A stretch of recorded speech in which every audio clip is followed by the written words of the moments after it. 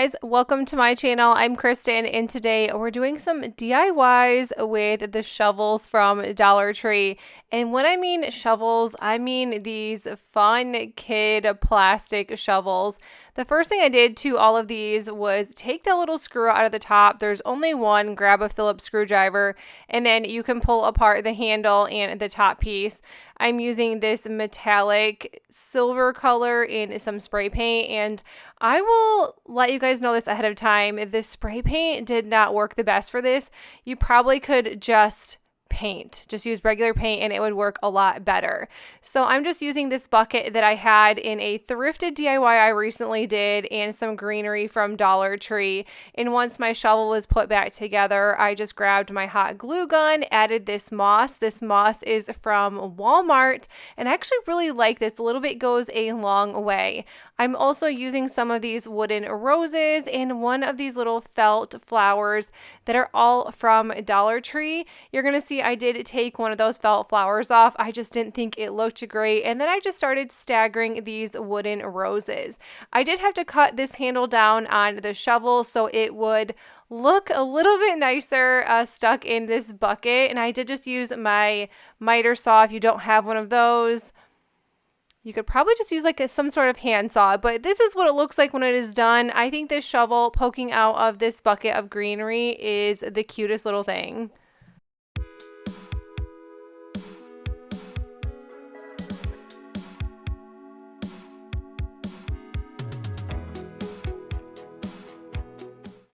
The shovels and this little rake are the same silver spray paint, and so to make these two stick together, I'm just using some twine and just wrapping it around a ton of different ways until it was secure enough. I would recommend to add some hot glue just to make it work a little bit better as far as sticking together and not moving around. I did pick up this really cute sage decor piece from Dollar General recently, and I'm just going to be adding some lamb's ear in the top and the bottom just to make a really cute decor piece. You could add this to your wall, outside, to your home, or your front door, but I think this is just a really fun way to make a quick decor piece with very little weight as far as not using a real shovel and a real rake. And then this, I'm just adding splotches. I wanted this to look more like dirt, so I wasn't going for that rust theme. I wanted it to look like that I was in the garden or shoveling or raking, and I thought this was a really cool touch to these. Now you could make it rusty and rustic, use a little bit of gold, use a ton of different splotches, and just keep going around. But overall, I think this is super cute. I did something similar like this last year in a different way with some bows and some fun other things, and I will link that shovel video for you guys in the description box below if you guys want to see some other ideas that I used for these shovels and rakes. Actually, I don't even know if there was rakes. I think they were just strictly shovels. Another way you could do this, I am painting these white. Like I said, this spray paint did not work, and this was actually a chalk Rust-Oleum spray paint. It just wasn't working. I don't know if my spray paint is just old and it needs a little upgrade. I'm not sure. I did decide to paint the handles black. We're going to make this one more of a farmhouse theme. So I did just have to add one coat of black to this. I love this chalk paint from Dollar General. There's only two colors at my Dollar Tree, but I just really like this. It works out great. And as you can see here, I am adding some cow spots. This has been my theme and my thing lately. I have done so many fun DIYs with cow spots. I love doing a ton of thrifted DIYs as well, and I've been making a ton of fun farmhouse decor. But I thought that this would be super cute adding to the shovel and the rake. So I just did it to both, and the rake was pretty tough on the front because it was just so many little divots and cracks, and it wasn't working to my advantage, but overall I think it looks great. Now I'm just taking the twine once again, and I did add hot glue to this one, which this seemed to work just way better than just adding twine, although my other one has not fallen apart. I also grabbed this really cute giant bow from Hobby Lobby recently on the clearance rack. It was $1.99, and this $1 Dollar General milk sign. I love Dollar General. You can always find a ton of items from Dollar General for $1. I decided to rip that apart and just glue the cow to the center of the bow, and this is what it looks like when it is done. I think this one was super fun to make. It is all the farmhouse that I love. I don't even know what I was going to say there, but I just really love anything with cow spots, and I just think this one is adorable.